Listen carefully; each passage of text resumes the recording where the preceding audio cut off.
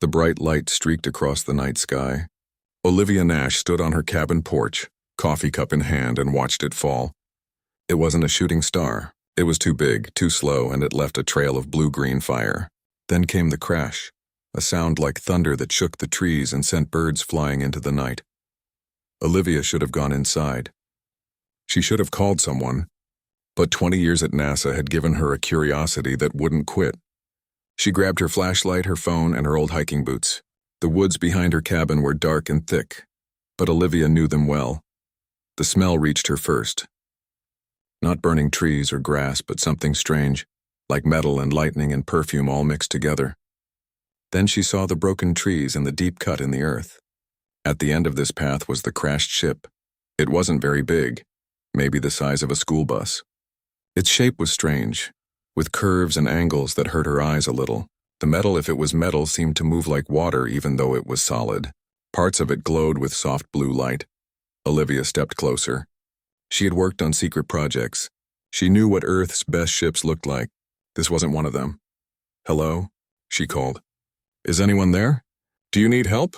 A section of the ship's side rippled and then opened like a flower. Light spilled out, brighter now, and Olivia had to shield her eyes. When she looked again, someone was standing in the opening. At first glance, she looked human. A woman with a slim build and graceful posture. But as she stepped into the moonlight, Olivia gasped. The woman's skin seemed to contain stars. Little points of light moved under it like fish in a pond. Her hair flowed like silver water around her shoulders, and her eyes. They were deep purple with specks of light in them like tiny galaxies. "Please," the woman said in perfect English, though her voice had a strange musical quality to it. "They must not find me." Then she fell forward. Olivia ran to catch her before she hit the ground. The woman was light in her arms and her skin was warm but felt strange, like touching silk covering water. "Who's after you?" Olivia asked, looking around the dark forest. "Who are you?" The woman's eyes fluttered. "I am Lyra Kavesh, Princess of the Seventh Nebula, heir to the Astrali throne." She touched a small device at her throat. "My translator is damaged. I don't have much time before it fails completely." Olivia looked back at the ship. She knew what would happen next. Government teams would come. The area would be locked down. The ship would vanish into some secret lab. And this woman, this alien princess, would disappear too. "Can you walk?" Olivia asked. Lyra nodded weakly. "For a short distance, but my cabin is nearby. We need to hurry." They moved through the forest as fast as they could, Lyra leaning on Olivia for support. Twice they had to stop when Lyra's legs gave out. By the time they reached the cabin, Olivia could hear the distant sound of helicopters. Inside, Olivia helped Lyra to the couch. The alien princess looked around with curious eyes at the simple human home. "You're safe here for now," Olivia said, "but people will come looking." "Why did you help me?" Lyra asked. "Your government would reward you for turning me in." Olivia wasn't sure of the answer herself. "I worked for NASA for 20 years. I always hoped we'd find proof of life beyond Earth, but not like this. Not with you running from something." Lyra's star-filled skin dimmed a little. "My father, the king, was killed 6 days ago. I escaped with evidence of who did it and why. There is a war coming, Olivia Nash. A war that will reach your world soon." "How do you know my name?" Olivia asked, suddenly alert. Lyra's lips curved in a small smile. "Your species broadcasts everything. We have been studying you for decades." She pointed to a photo on the wall. "That is you at the Space Center in Houston. You helped design engines for your Mars missions." Before Olivia could answer, bright lights swept across the cabin windows. Car engines rumbled outside. "They're here," Olivia whispered. She peeked through the curtains. Men in dark suits were getting out of black SUVs. Some had guns. Others carried strange equipment. "We need to hide you." Lyra stood up with effort. "There is no time. But I can help." She removed a small crystal from a pocket in her strange flowing clothes. "This contains the truth. About my father's death. About the Dreth Collective and their plans for Earth. Keep it safe." She pressed the crystal into Olivia's hand. It was warm and seemed to pulse with a faint heartbeat. "Why me?" Olivia asked. "Because you looked at me and saw a person, not just an alien," Lyra said softly. A loud knock came at the door. "Ms. Nash?" "This is Agent Peterson with Homeland Security. We need to speak with you immediately." Olivia quickly hid the crystal in her pocket. Get in the bedroom closet, she whispered to Lyra. I'll try to get rid of them. Lyra caught Olivia's arm as she turned to go. For a moment, their eyes met. Something passed between them, a connection that needed no words from any language. Thank you, Lyra whispered. Olivia opened the door to find 5 serious-looking agents on her porch. Their leader, a tall woman with short gray hair, stepped forward. Ms. Nash, I'm Director Catherine Walsh. We tracked an object that came down in the woods behind your property. Have you seen anything unusual tonight? Olivia thought of the alien princess hiding in her closet, of the crystal in her pocket, of the war that was coming to Earth. No, she said firmly. Just a meteor. I saw it fall, but I didn't go out to look. Director Walsh studied Olivia's face. We'll need to search the area, including your cabin. It's a matter of national security. Do you have a warrant? Olivia asked, her heart racing. Walsh smiled coldly. We don't need one. This falls under special powers granted for extraterrestrial incidents. As the agents pushed past her into the cabin, Olivia realized her life had just changed forever. Whatever happened next, she was now part of something much bigger than herself. She thought of the alien woman with stars in her skin and galaxies in her eyes. She would protect Lyra. She would learn the truth, and somehow she would find a way to prevent the coming war. Olivia led the government agents through her cabin, her heart pounding so hard she was sure they could hear it. The bedroom door stood closed, hiding the alien princess inside. What exactly are you looking for? Olivia asked, trying to sound calm. Director Walsh ran her finger along a bookshelf. That's classified information, Ms. Nash. But I'm sure a former NASA engineer understands the importance of investigating unknown objects from space. One of the agents spoke into his radio. Team 2 reports the crash site is secure. Object appears to be a small craft of unknown origin. No signs of life forms. Walsh turned to Olivia with narrowed eyes. Are you sure you didn't see anything or anyone unusual tonight? Before Olivia could answer, a loud crash came from outside. All heads turned toward the windows. What was that? Walsh demanded. One of the agents rushed to the door. Something's happening at the crash site. Walsh pointed at 2 agents. You 2 stay here and finish the search. The rest of you with me. She gave Olivia a hard look. Don't leave this cabin. As soon as the door closed behind them, Olivia ran to the bedroom. Lyra wasn't in the closet. She wasn't anywhere in the room. Lyra, Olivia whispered urgently. A soft voice came from behind her. Here, Olivia spun around. The air shimmered, and suddenly Lyra was standing there, her star-filled skin glowing faintly. How did you... Light bending, Lyra explained simply. A basic skill for Astrali royalty. I created the distraction at my ship. They won't find anything important there. I destroyed the navigation systems before I left. The 2 agents left behind were moving through the living room, getting closer to the bedroom. We need to leave, Olivia whispered. Is there somewhere you can go? Someone who can help you? Lyra shook her head. Not on Earth. My people will come looking for me, but it could take weeks for them to track my emergency beacon. Olivia thought quickly. I have a friend with a cabin deeper in the woods. No electricity, no roads leading to it. We could hide there. They're coming, Lyra warned, her strange eyes fixed on the door. Can you do that light-bending thing for both of us? Lyra nodded. For a short time. It takes energy. Then let's go. We'll slip past them and head for the back door. Lyra took Olivia's hand. Instantly, a strange feeling washed over Olivia, like being wrapped in cool water. She looked down but couldn't see her own body. We're invisible, Lyra explained. But they might feel us if we touch them. Stay close to me. They moved carefully through the cabin, passing within inches of the searching agents. One agent shivered as they slipped by. Did you feel that? He asked his partner. Like a cold spot. This whole situation gives me the creeps, the other replied. Let's finish up and get out of here. Once outside, Lyra kept the light-bending field around them until they reached the edge of the forest. Then she let it drop, sagging against a tree in exhaustion. That took more strength than I expected, she admitted. Your planet's atmosphere affects my abilities. Olivia looked back at her cabin, now surrounded by government vehicles with flashing lights. We can't go back there. They'll be watching it. They moved deeper into the forest. Olivia knew these woods well from years of hiking, but moving at night with an injured alien princess was slow going. After an hour, Lyra needed to rest. Tell me about your world, Olivia said as they sat on a fallen log. About the Astrali. Lyra's skin rippled with patterns like flowing water. We are an old species. We discovered space travel when your people were building pyramids. We formed the Galactic Council with 6 other species and have kept peace for thousands of years. Her face darkened, until the Dreth Collective emerged from the dark sectors. Are they the ones who killed your father? Lyra nodded. The Dreth want resources.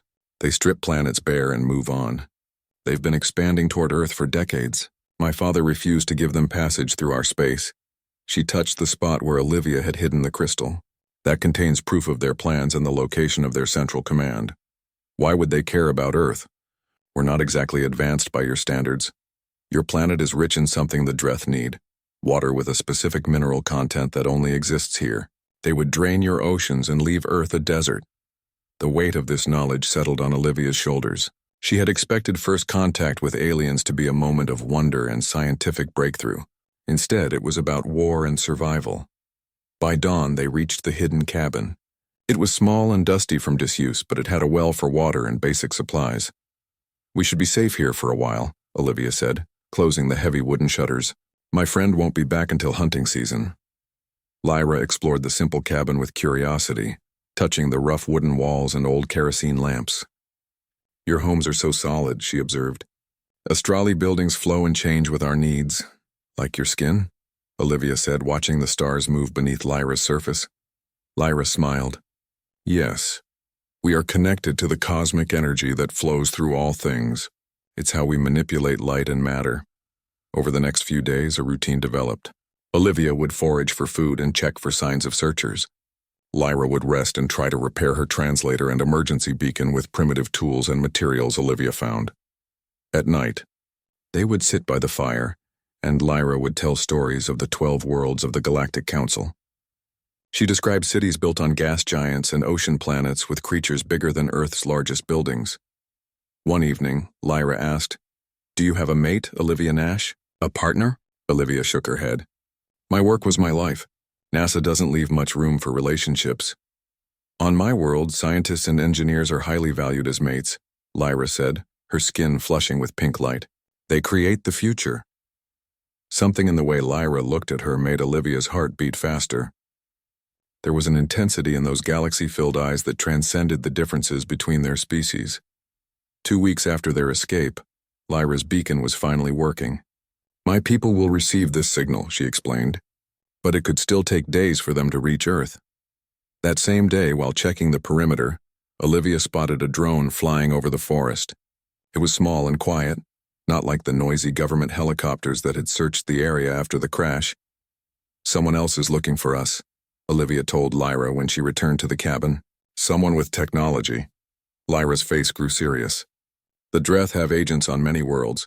If they've tracked me here, we need to move," Olivia decided. Tonight. As they packed the few supplies they had, Lyra suddenly grabbed Olivia's arm. "Listen." At first, Olivia heard nothing. Then she caught it, a faint humming sound growing louder. "Is it your people?" she asked hopefully. Lyra's skin darkened to a deep blue, almost black. "No, Dreth ships have a distinct resonance. They've found us." Outside, the humming grew louder. A shadow passed over the cabin, blocking the moonlight that came through cracks in the shutters. "What do we do?" Olivia whispered. Lyra reached into her clothing and pulled out a small silver device. "This is a weapon. It disrupts their neural networks. But I have to be close to use it. You can't go out there." "They'll kill you!" "If they capture me, they'll take the crystal and know where I've hidden it. Then they'll destroy your world anyway." Lyra's eyes were resolute. "I won't let that happen." Olivia took Lyra's hand. The alien skin felt warm against her own. "Then we go together.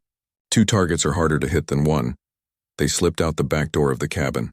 The Dreth ship hovered in the small clearing, its surface black and spiky, the opposite of Lyra's elegant vessel.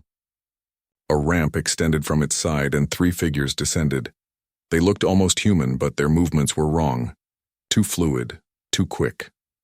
Their faces were hidden behind helmets that reflected the moonlight. "Void Talons," Lyra whispered. "Elite hunters." Olivia squeezed Lyra's hand. "Whatever happens, I'm glad I found you that night." Lyra turned to her, the stars in her skin swirling with emotion. For a moment, Olivia thought she might say something important. Instead, she simply nodded and lifted her weapon. The void talons moved toward the cabin, unaware of the two figures hiding in the shadows behind them. The void talons moved with unnatural grace, their black armor absorbing moonlight. Olivia and Lyra crouched behind thick bushes, watching them approach the cabin. "When they go inside, we run for the trees," Olivia whispered. "The forest is too dense for their ship to follow." Lyra nodded, her weapon held ready. The device looked simple, a silver cylinder with glowing blue lines. But Olivia had seen enough alien technology to know appearances were deceiving. The lead talon raised a hand, and the other two stopped. It tilted its helmeted head as if listening. Then with frightening speed it spun around and pointed directly at their hiding spot. "They can sense my energy," Lyra gasped. "Run!" They burst from the bushes as a beam of red light shot past them, hitting a tree that instantly froze and shattered. Olivia pulled Lyra toward the densest part of the forest, zigzagging between trees as more beams sliced through the darkness. Behind them, the talons gave chase, moving faster than any human could. One leaped into the trees, jumping from branch to branch above them. "We can't outrun them," Olivia panted. Lyra stopped suddenly. "Then we fight." She turned to face the approaching hunters, her skin blazing with blue-white light. "Get behind me!" Olivia had no time to argue. The first talon landed in front of them, its reflective helmet showing their distorted faces. It raised a weapon. Lyra thrust her silver device forward. A pulse of energy, invisible but felt like a wave of pressure, burst outward. The talon staggered, its movements suddenly jerky and uncoordinated. It dropped its weapon and clutched its helmet. The second talon attacked from the side. Olivia grabbed a heavy branch and swung it with all her strength. The wood shattered against the talon's armor, but the impact knocked it off balance. Lyra's weapon pulsed again, and this hunter too began to twitch and stumble. "Where's the third one?" Olivia shouted, scanning the trees. Her answer came as a weight slammed into her from behind, driving her to the ground. Clawed hands flipped her over. The third talon loomed above her. Its helmet split open to reveal a face that was almost human but wrong. Gray skin, no nose, and eyes like black marbles. It spoke in a clicking, buzzing voice. "Where is the crystal, human?" "I don't know what you're talking about," Olivia gasped. The talon pressed a clawed hand against her throat. "The Astrali princess gave it to you. Tell me or die slowly." A blinding flash of light exploded above them. The talon shrieked and fell back, its armor smoking. Lyra stood there, her entire body glowing so brightly that Olivia had to shield her eyes. "Get away from her," Lyra commanded, her voice deeper and echoing strangely. The wounded talon scrambled backward. "You cannot defeat all of us, princess. The collective knows you're here. More will come. Then I'll defeat them too." Lyra raised her hand, and another pulse of energy knocked the talon unconscious. Olivia got to her feet, rubbing her bruised throat. What was that? Lyra's glow faded slowly, leaving her looking exhausted. "Royal Astrali can channel pure cosmic energy in times of great need or emotion." She looked at Olivia with concern. "Are you hurt?" "I'll live. But you're right, more will come. We need to move." They left the disabled talons behind and pushed deeper into the forest. By dawn they reached a small mountain stream. "We should follow this," Olivia suggested. "It will hide our scent and energy trail, right?" Lyra nodded weakly. The burst of power had drained her. They waded through the cold water for over an hour before Olivia spotted a small cave hidden behind a waterfall. "In here," she said, helping Lyra through the curtain of water. The cave was shallow but dry toward the back. Olivia helped Lyra sit against the wall, then checked her for injuries. "You saved my life back there," Olivia said quietly. Lyra's skin was dim now, the stars within barely visible. "And you saved mine the night we met." "We are balanced," Olivia smiled. "Is that important to your people?" "Balance? It is the foundation of Astrali culture." Lyra's eyes drifted closed. "I need to rest to restore my energy." "Sleep, I'll keep watch." Lyra's hand found Olivia's in the dimness. "Wake me if anything approaches. The talons will recover eventually." While Lyra slept, Olivia sat at the cave entrance, watching through the waterfall. The crystal in her pocket felt heavier now. So many were hunting it. The government, the Dreth, perhaps others she didn't even know about. Yet this small object could save Earth from being drained of its oceans. By midday, Olivia's hunger couldn't be ignored. She slipped out of the cave to search for food, staying close to the stream. She found some berries and edible roots she recognized from her survival training. When she returned, Lyra was awake, looking stronger. The stars beneath her skin moved more vibrantly. I was worried when you were gone, Lyra admitted, accepting the berries. Just needed food. How are you feeling? Better. My energy is returning. Lyra ate a berry and made a face. Your earth food is strange, Olivia laughed. What do Astrali eat? We absorb energy directly from stars processed through special gardens. But we can eat solid food when traveling. She studied Olivia's face. You have questions. Hundreds. But right now I need to know what our plan is. We can't hide forever. Lyra's expression grew serious. My beacon is working. My people will send a ship, but it could take 3 more days to reach Earth orbit. We must stay alive until then. And the Dreth? They want the crystal. If they get it, they'll leave Earth immediately to secure their command center before we can attack it. Olivia touched her pocket where the crystal was hidden. Maybe we should let them think they have it. Make a fake. Lyra's eyes widened. That might work. Dreth can detect Astrali energy, but they can't read the data without special equipment. If we created something with a similar energy signature, I'd need parts, technology. Olivia thought for a moment. There's a small town about 10 miles from here. They have an electronics store. It's dangerous to go there. The Dreth will be watching for us. They'll be looking for us together. One human woman shopping in town won't draw attention.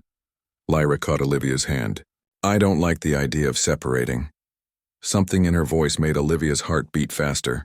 The alien princess had become more than just someone to protect. There was a connection between them that transcended their different worlds. I'll be careful, Olivia promised. Wait here. I'll be back before dark. The small town of Pine Ridge was quiet when Olivia arrived. She had washed in the stream and borrowed clothes from the emergency pack in her friend's cabin to look more presentable. Still, she kept her head down as she entered the electronics store. She bought batteries, small LED lights, wire, and other components that might help create a fake crystal.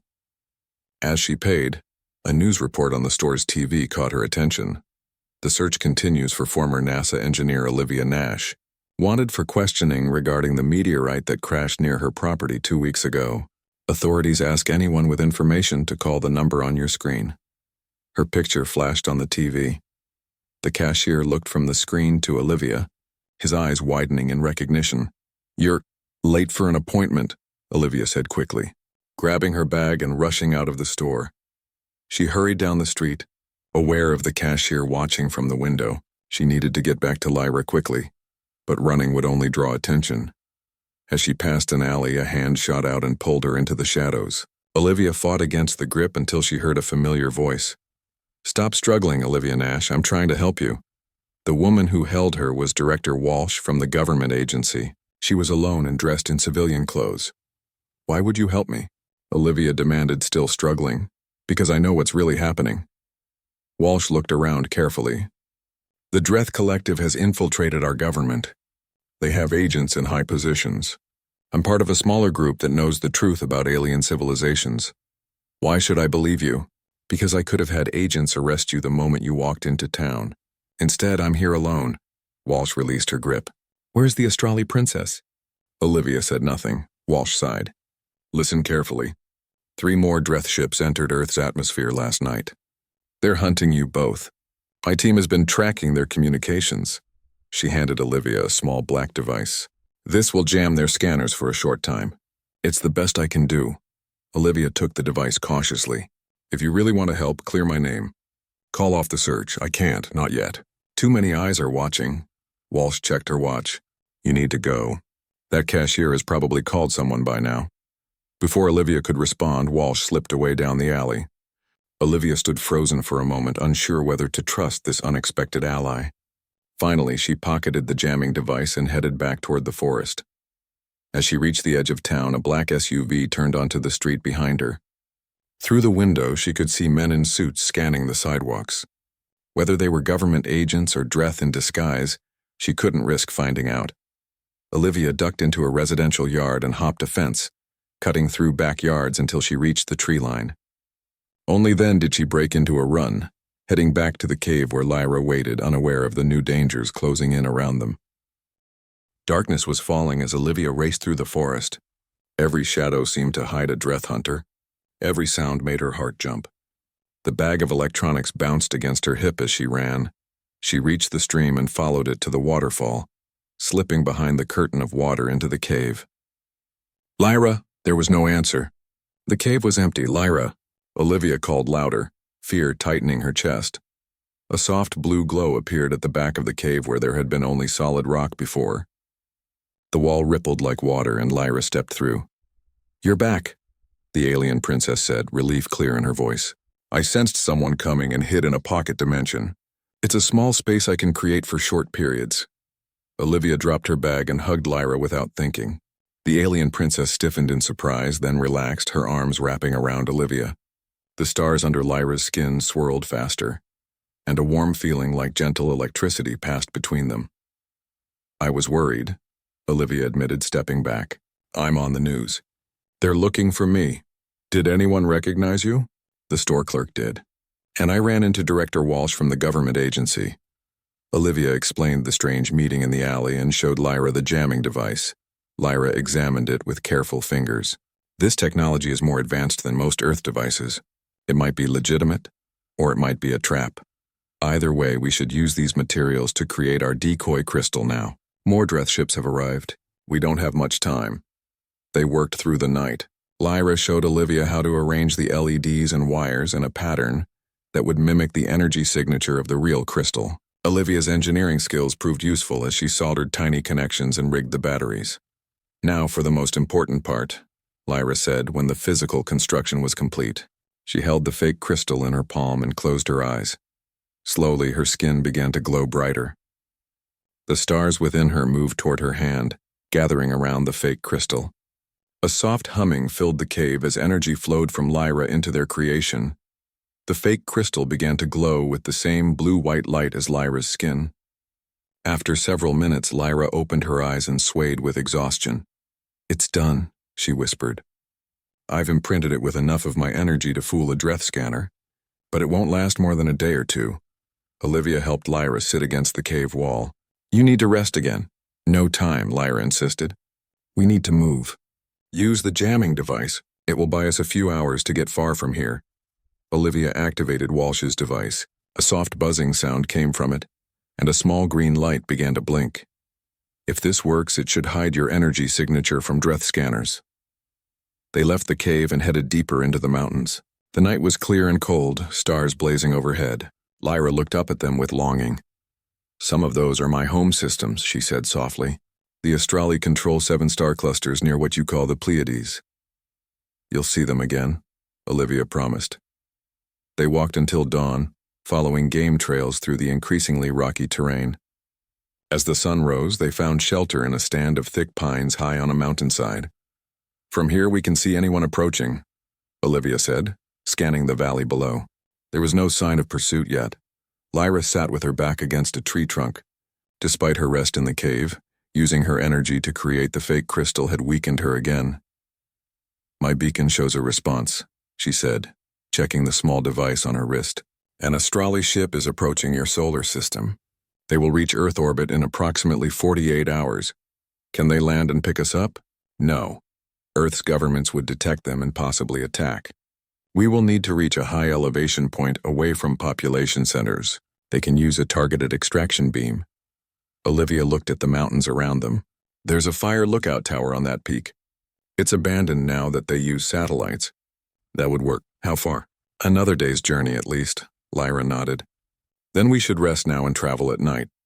The jamming device will not work forever." As Lyra slept, Olivia kept watch. The morning was peaceful, with only the sounds of birds and wind in the pines. It was hard to believe that alien hunters were searching for them, or that the fate of Earth might depend on the small crystal she carried. Around noon, a distant sound caught Olivia's attention. She strained to hear it better, a rhythmic thumping that grew slowly louder. "Helicopters," she whispered, gently shaking Lyra awake. "We need to stay hidden." They pressed themselves flat under the thick branches as 2 black helicopters appeared over the ridge. They moved slowly across the valley, sweeping back and forth in a search pattern. "Government or Dreth?" Olivia whispered. Impossible to tell, Lyra replied. The Dreth are masters of disguise and infiltration. They may be using your government's resources to hunt us. The helicopters continued their search for over an hour, gradually moving closer to their hiding place. Just as it seemed they might be spotted, the aircraft suddenly turned and headed back toward the valley. They must have found something else, Olivia said, relief in her voice. Or someone called them away deliberately. Lyra frowned. Perhaps your Director Walsh is indeed helping us. As evening approached, they prepared to continue their journey. The fire tower was visible on a distant peak, perhaps 10 miles away across rugged terrain. We need to be careful, Olivia warned. The path gets steep and dangerous in places. Lyra checked her beacon again. The signal is stronger. My people are coming. She looked at Olivia with those galaxy-filled eyes. What will you do when they arrive? The question caught Olivia off guard.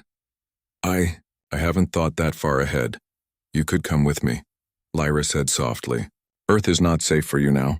Too many know you helped me. The idea of leaving Earth, of traveling to the stars, was both thrilling and terrifying. Could I really do that? Live among the Astrali? You would be the first human to join our world, but not the first species to be welcomed. Lyra's skin rippled with patterns that Olivia had come to recognize as emotion. You would have a place of honor as the one who saved the princess and helped prevent war. Before Olivia could respond, a new sound echoed through the mountains, the whine of engines, but not helicopters this time. Something else. Dreth scout ships, Lyra said, her voice tight with fear. The jamming device has failed. 3 small craft appeared over the ridge, their black hulls reflecting the setting sun. Unlike the sleek beauty of Lyra's ship, these were angular and threatening like flying predators. They'll spot us any second, Olivia said. We need to run. They abandoned their hiding place and raced toward the deeper forest, keeping to the shadows. The scout ship circled overhead, powerful lights sweeping the ground. One light passed over them, then swung back. A piercing alarm sound came from the ship. They've seen us, Lyra cried. The ships converged on their position. There was nowhere to hide in the open stretch they were crossing. Olivia pulled out the real crystal from her pocket. Take this and run for the tower, she said, pressing it into Lyra's hand. I'll draw them off with the fake. No, Lyra protested. They'll kill you. They want you and the crystal more than they want me. I'll lead them away, then lose them in the forest. Olivia took out the fake crystal, which still glowed with Lyra's energy. This is our only chance. Lyra's eyes shimmered with what looked like tears, though they glowed like liquid starlight. I won't leave you. You have to. Your people are coming. Earth needs you to survive and tell the truth about the Dreth. Olivia managed a smile. Hey, sweetie, it's going to be okay. The alien princess blushed, her skin rippling with waves of deep blue and violet. Yes, darling, she whispered, using the Earth term with obvious emotion. Olivia's heart jumped at the tenderness in Lyra's voice. For a moment, the scout ships and danger seemed to fade away. There was only this connection between them, this impossible bond between a human woman and a star-skinned princess. Then reality crashed back as a scout ship dove toward them. Olivia pushed Lyra toward the trees. Go now! With one last look, Lyra turned and ran for the forest that would lead her to the tower. Olivia waited until she disappeared into the shadows, then held up the fake crystal and waved it at the ships. Looking for this? She shouted, though they probably couldn't hear her. It worked. All 3 ships turned toward her. Olivia ran in the opposite direction from Lyra, down the mountainside toward a canyon she knew had many caves and hiding places. A beam of red light struck the ground near her feet. The scout ships were firing warning shots, trying to hurt her rather than kill her. They wanted the crystal intact. Olivia ran faster than she ever had before. Her lungs burned and her legs ached, but fear and determination pushed her forward. Behind her, the whine of the Dreth engines grew louder as they closed in. She reached the edge of the forest and plunged into its darkness, hoping the thick canopy would hide her from their sensors. The fake crystal glowed brightly in her hand, a beacon she both needed them to follow and somehow evade. A fallen log appeared in her path.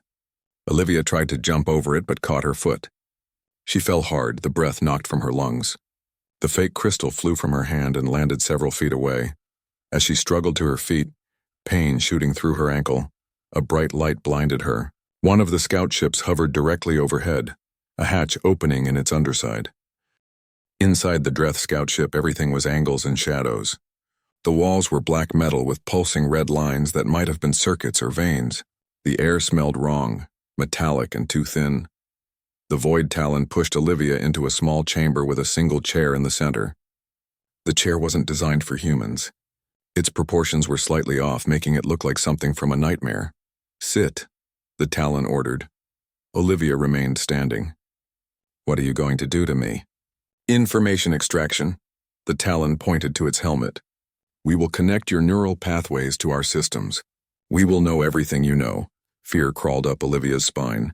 "Will it kill me?" "Eventually." The Talon seemed indifferent. Humans are fragile. Few survive the process. 2 more Talons entered the chamber. They grabbed Olivia and forced her into the chair. Cold metal restraints snapped around her wrists and ankles. "The commander wishes to speak with you first," one Talon said. "Consider it an honor. Few prey meet Commander Zorx before their end." The Talons left, the door sealing with a hiss. Olivia struggled against the restraints, but they only tightened. Her mind raced. Lyra was heading for the fire tower. The Astrali ship would arrive in less than 2 days. If she could just hold out, keep the Dreth occupied, and the door opened again. A tall figure entered, ducking slightly under the doorframe. Unlike the Talons, this Dreth wore no helmet. Its face was humanoid but wrong in subtle, disturbing ways. The skin was gray and stretched too tight over sharp cheekbones. Its eyes were solid black with no whites or pupils. When it smiled, the teeth were small and needle-like. "Olivia Nash," it said in a voice that was almost pleasant. "Former NASA engineer. First human to aid an Astrali Royal. Quite an achievement for such a primitive species." "Who are you?" Olivia asked, trying to keep her voice steady.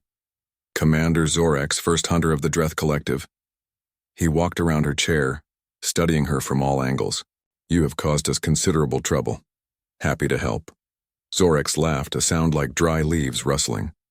Humor in the face of death. Admirable if pointless, he leaned closer. "Where is Princess Lyra taking the crystal?" "I don't know. Lying is futile. The extraction process will reveal everything. You can save yourself pain by cooperating now." Olivia met his black eyes without flinching. "I have nothing to tell you." "Everyone says that. Everyone has something to tell in the end." Zorx straightened.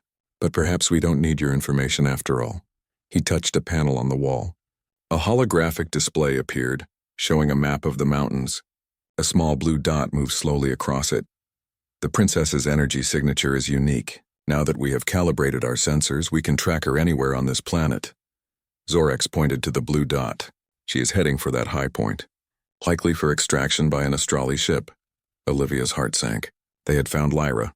All her sacrifice would be for nothing. "We will capture her before her people arrive," Zorx continued. "The crystal will be ours.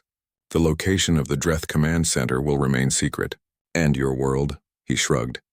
"Well, your oceans are particularly valuable to us." "You won't succeed," Olivia said. "Earth isn't defenseless. We'll fight. Many species have fought. None have won." Zorx moved toward the door. "Prepare her for extraction. I want to know everything about Earth's defenses and this NASA she worked for." As the door closed behind him, Olivia closed her eyes. She had failed. Lyra would be captured. Earth would be doomed. And she would die here, her mind torn apart by alien technology. Then she remembered something. The small device Director Walsh had given her. The Dreth had taken her bag but hadn't searched her pockets thoroughly. If she could just reach it. The restraints were tight, but Olivia had small hands. She twisted her wrist painfully, feeling her skin tear, but managed to slip her right hand free enough to reach her pocket. Her fingers closed around Walsh's device. She pressed what felt like a button. Nothing happened. She tried again, pressing harder and longer. Still nothing. "Come on," she whispered desperately. On the third try, the device vibrated in her hand. A soft pulse of energy spread through the ship. The red lines on the walls flickered and went dark. The restraints loosened. It wasn't a jamming device.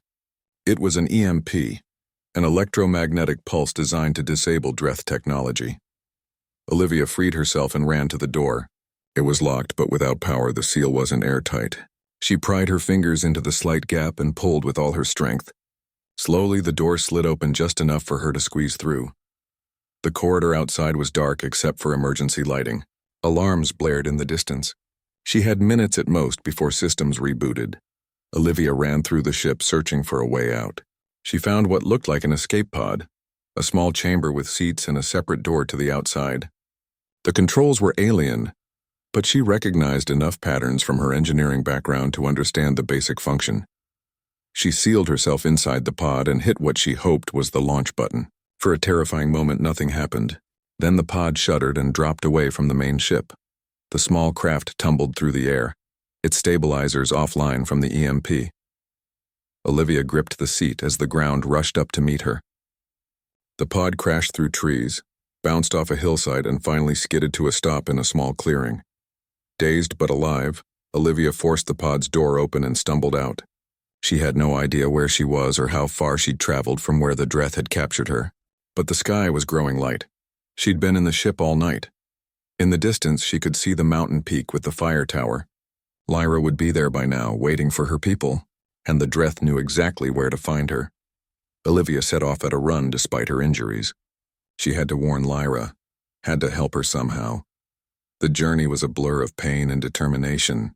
Her ankle throbbed from her earlier fall. Cuts and bruises from the crash made every movement hurt. But she pushed on, climbing steadily toward the peak. By midday, she could see the fire tower, an old wooden structure on stilts with a small cabin on top. And hovering above it, 3 Dreth scout ships. "No," Olivia gasped, forcing herself to move faster. As she got closer, she could see the void talons surrounding the tower. Lyra stood on the small balcony, her star-filled skin glowing brightly in defiance. She held the crystal in one hand and some kind of weapon in the other. "Surrender, princess," Zorex's voice boomed from one of the ships. "You are outnumbered. Give us the crystal, and we will let you live until your people arrive. They can ransom you from us." "You killed my father," Lyra shouted back. "You plan to destroy this world."